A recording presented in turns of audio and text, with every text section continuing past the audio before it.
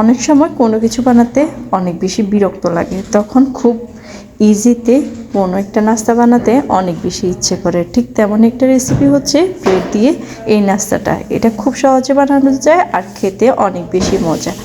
আসসালামু আলাইকুম, welcome back to my channel. যে যেখান থেকে দেখছেন আশা করি সবাই খুব ভালো আছেন। আজকে নিয়ে এসেছি ব্রেড দিয়ে খুব মজার একটা নাস্তা। এটা কিন্তু ঝটপট বানিয়ে নিতে পারেন।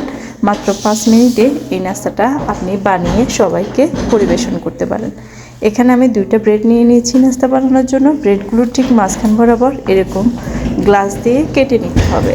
গোল করে এভাবে কেটে নিলে দেখতে অনেক বেশি সুন্দর লাগবে। ব্রেডের মাঝখানের যে অংশ, এই অংশটাকে এরকম লম্বা করে করে পিস করে কেটে নিচ্ছি। এরপর সাইড দিয়ে একটা কাট দিব।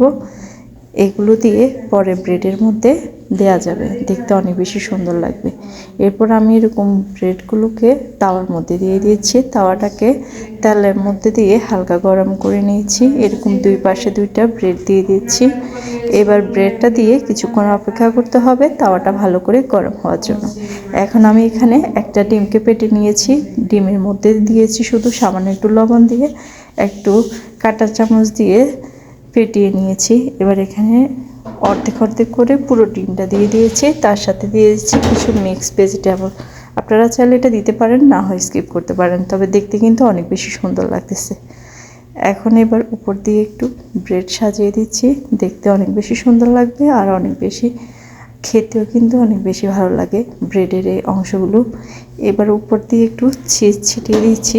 এভাবে গোল করে চিজ ছিটিয়ে দিবে, তাহলে দেখতে অনেক বেশি সুন্দর লাগবে। সেমভাবে আমি ওই ব্রেডের মধ্যেও দিয়ে দিচ্ছি, দেখতে অনেক বেশি ভালো লাগে। এবার এটা ঢাকনা দিয়ে কিছুক্ষণ রেখে দেব। 2 থেকে 3 মিনিট রেখে দিলেই কিন্তু চিজটা গলে যাবে। এবার দেখুন, দেখতে যত বেশি ইয়ামি লাগতেছে, খেতে কিন্তু তার চেয়ে বেশি মজা হয়েছে। আর এভাবে বাসায় খুব চটজলদি আপনিও বানিয়ে নিতে পারেন। আর ভিডিওটা ভালো লেগে থাকলে অবশ্যই লাইক কমেন্ট বেশি বেশি করে শেয়ার করে দেবেন। দেখা হবে পরবর্তী রেসিপিতে। ততদিন পর্যন্ত সবাই ভালো থাকবেন। আল্লাহ হাফেজ।